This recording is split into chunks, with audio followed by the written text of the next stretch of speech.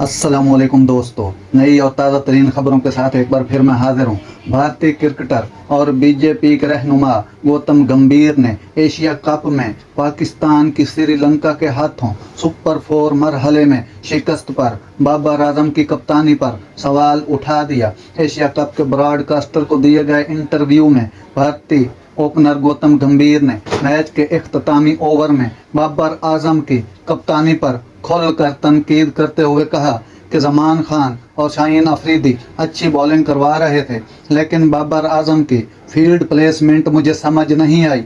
उन्होंने कहा कि जब सुस्त रफ्तार से शाहीन और जमान गेंदें करवा रहे थे तो बाबर आजम ने लॉन्ग ऑफ पर फील्डर को ऊपर क्यों नहीं बुलाया। इसी तरह कुशल मेंडिस और सुधीरा समाराकर्मा की सेंचुरी की शराकत के दौरान बाबर ने पार्टनरशिप तोड़ने की बजाय पार्ट टाइम बॉलर से बॉलिंग करवाई। गौतम गंभीर ने कहा कि जब कोई पार्टनरशिप बनती शुरू होती है तो कप्तान अपनी अटैकिंग बॉलर को ओवर देता है, लेकिन बाबर आजम ने भी ना किया।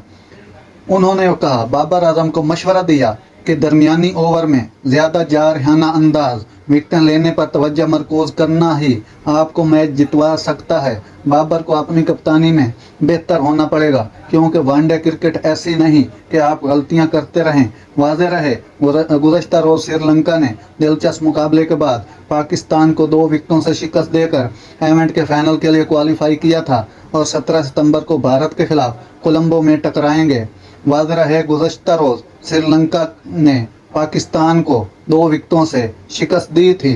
कौमी टीम ने बारिश से मुतासरा 42 ओवर के मैच में 252 रन बनाए। आइलैंडर्स ने हदफ की आखिरी गेंद पर हासिल किया था।